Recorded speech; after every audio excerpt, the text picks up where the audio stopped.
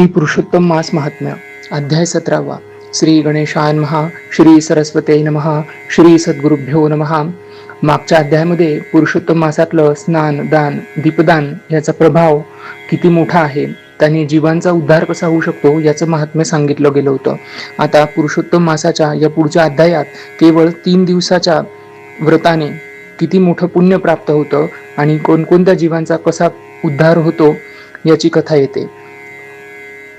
भगवान विष्णू लक्ष्मी देवींना म्हणतात, देवी, पुरुषोत्तम मासात संपूर्ण महिनाभर स्नान, दान, व्रत करणं हे अत्यंत कठीण आहे.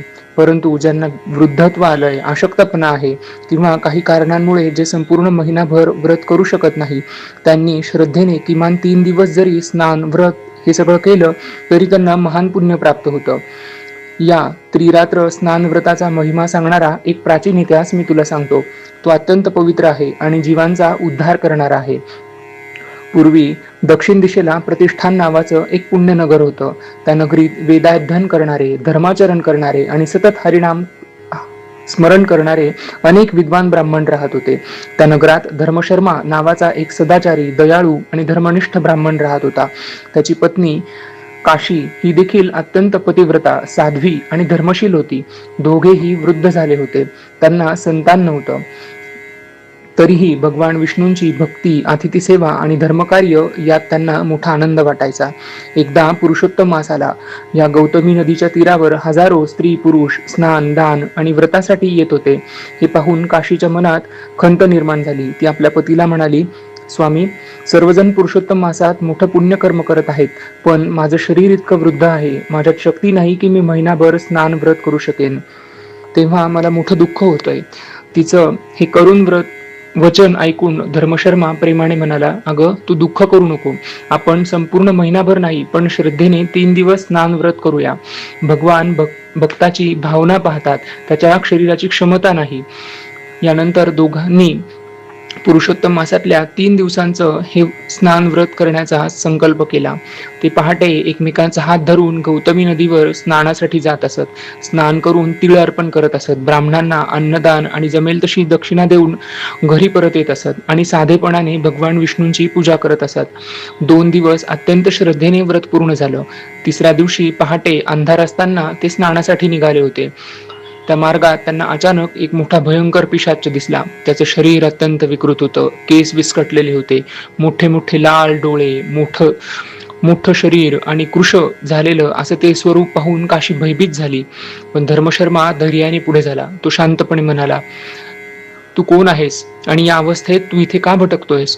ते ब्राह्मणाचं करुण वचन ऐकून त्या पिशाचाच्या अंतःकरणात पूर्वजन्माची स्मृती जागृत झाली. तो नम्र झाला आणि म्हणाला, हे भूदेव, पूर्वजन्मी मी अत्यंत श्रीमंत सावकार होतो. माझ्याकडे धन होतं, संपत्ती होती, कुटुंब होतं, सगळं सुख होतं, पण मी कधीही दानधर्म केला नाही. संत ब्राह्मण यांची सेवा केली नाही. गरिबांची कधी मदत केली नाही. माझ्या मनामध्ये सदैव लोभ होता आणि माझं मन पैशात अडकलेलं होतं.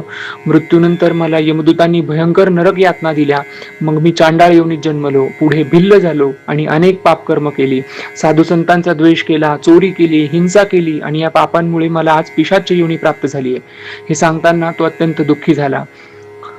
तो पुढे म्हणाला, हे दयाळू ब्राह्मणा, तुमच्या दर्शनाने मला आता आशा निर्माण झाली आहे. तुम्ही काहीही करून माझा उद्धार करा.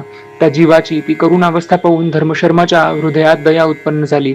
तो म्हणाला, आम्ही गरीब ब्राह्मण आहोत, पण पुरुषोत्तम मासातलं या 3 दिवसाचं स्नान व्रत आम्ही करतोय. जर भगवान विष्णूंची इच्छा असेल तर या पुण्यामुळे तुझाही उद्धार होईल. असं सांगून धर्मशर्मा आणि काशी स्नानासाठी गौतमी नदीवर गेले. त्यांनी विधीपूर्वक स्नान केलं, जप केलं आणि दान केलं. परत येताना हा पिशाच वाटेमध्ये त्यांच्या वाटेकडे डोळे लावून बसला होता. त्याच्या मनात आशा होती, भीती होती. तेव्हा धर्मशर्माने करुणेने हातामध्ये जल घेतलं आणि तो म्हणाला, हे प्रभू, आम्ही श्रद्धेने त्रिरात्र स्नान व्रत केलं. त्याचं पुण्य या जीवाला आम्ही अर्पण करतो. असं म्हणून त्यांनी त्या पिशाच्यावर ते जलशिम पडलं आणि क्षणात अद्भुत चमत्कार झाला. त्या पिशाच्याचं भयानक स्वरूप नाहीसं झालं आणि ते तिथं दिव्य देह प्रकट झाला. आकाशातून एक दिव्य विमान उतरलं आणि भगवान विष्णूंचे पार्षद त्या जीवाला घेऊन वैकुंठात जाण्यास निघाले. तो दिव्य पुरुष आनंदाने म्हणाला, हे करुणामय ब्राह्मणा, तुम्ही स्वतःचं पुण्य मला अर्पण करून माझा उद्धार केला. परोपकारासारखं दुसरं मोठं पुण्य नाही. भगवान दयाळू आहेत आणि भक्तवत्सल आहेत. असं म्हणून तो विमानात बसून वैकुंठाला निघून गेला. हा अद्भुत प्रसंग पाहून धर्मशर्मा आणि काशी यांच्या अंतःकरणात भगवान विष्णूंविषयीची श्रद्धा अधिक दृढ झाली आणि त्यांनी पुढेही श्रद्धेने पुरुषोत्तम मासाचं व्रत, हरिनाम स्मरण अखेरपर्यंत चालू ठेवलं आणि त्यांनाही पुढे कालांतराने भगवान विष्णूंच्या दिव्य लोकाची प्राप्ती झाली. या कथेमधून पुरुषोत्तम मासातलं स्नान, दान आणि परोपकार यांचं महत्त्व स्पष्ट होतं. श्रद्धेनं केलेलं थोडंसं पुण्यकर्म ही जीवाचा उद्धार करतं. पिशाच्चांचा उद्धार करू शकतं, तिथे माणसाची काय कथा आहे. भगवान भक्तांच्या अंतःकरणातील दया, नम्रता आणि परोपकाराची भावना पाहतात आणि योग्य वेळी त्यांना मोक्ष प्रदान करतात. हा या अध्यायाचा मुख्य संदेश आहे. इति श्री पुरुषोत्तम मास महात्म्ये सप्तदशोऽध्यायः.